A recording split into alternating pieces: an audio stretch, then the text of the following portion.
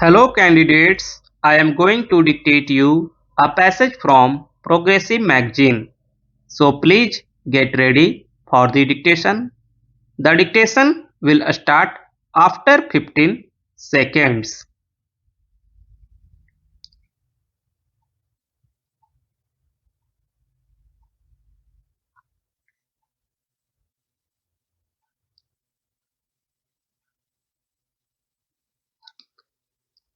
Madam, I rise firstly to support the Constitution Amendment Bill 1983, but I am not supporting the Representation of the People Bill 1988. I have got serious objections to certain provisions of the amending bill. Madam, you are quite aware, and the nation is also aware, that there have been frequent promises from the side of the government that the government is very serious about bringing about comprehensive electoral reforms. As a matter of fact, never has there been the occasion when the government really put into shape in concrete terms what it really means by electoral reforms. But so far as we are concerned, we put forth certain suggestions in a specific form which may be considered as practical, viable suggestions, propositions, and ingredients to bring about appreciable changes in the present electoral system of our country. I do not venture to say that all the measures which we have suggested constitute the final ingredients for a complete and final reform of the electoral system in our country, because the concept of election changes with changing times. Since I do not have much time, I would not like to discuss it. But so far as we are concerned, we placed before the government certain ingredients which should be considered as inevitable propositions for bringing about certain changes in the electoral system.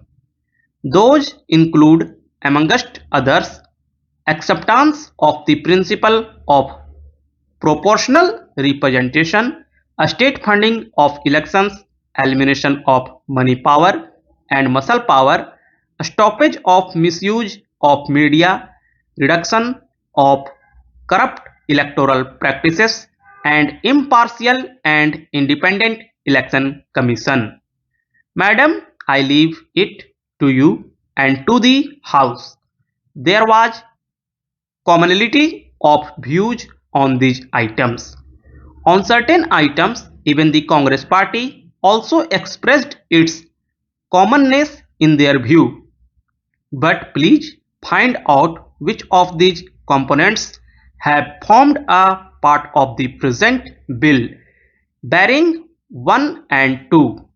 Anyway, at this stage, I want to say something about the comments made by my friend, particularly in regard to proportional representation in India.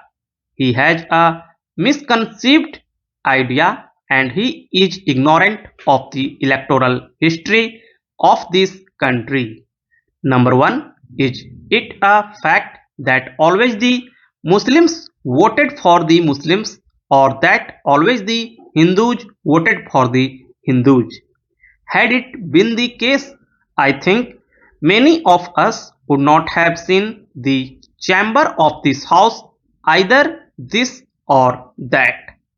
A large number of people, I think majority of the people, are still not infected by communal ideas. They are very much secular so far as they exercise their voting right. But here, once you accept the principle of proportional representation in our electoral system, you are encouraging communal forces, you are dividing India communally, I do not find any rationale in this idea.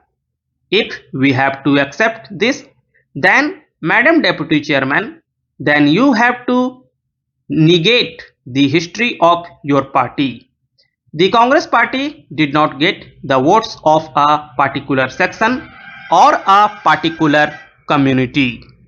People voted for the Congress party on secular ideas, not on communal ideas.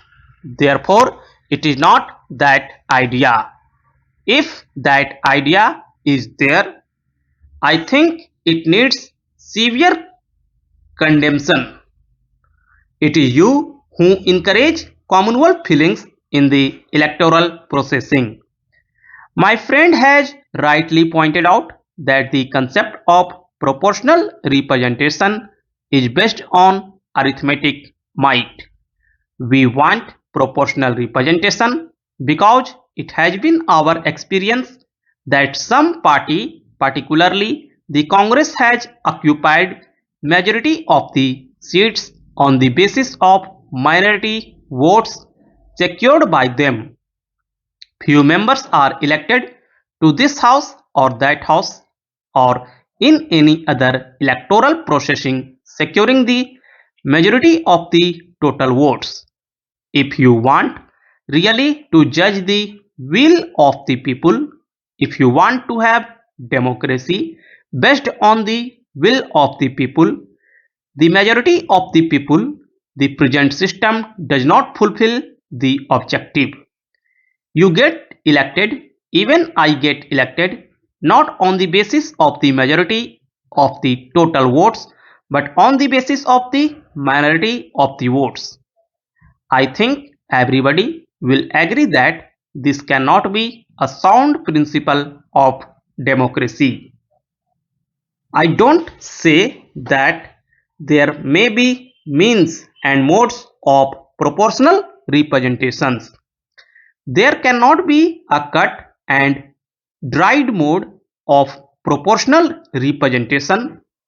What we want is that the government should accept the principle of proportional representation so that there can be reflection of the people's will proportionality proportionately.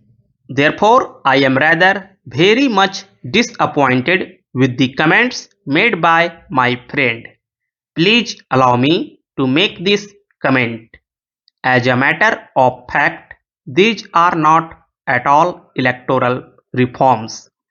It is rather a caricature of reforms. On the other hand, this amending bill puts certain impediments on political parties in our country. I would give only two examples. One is registration.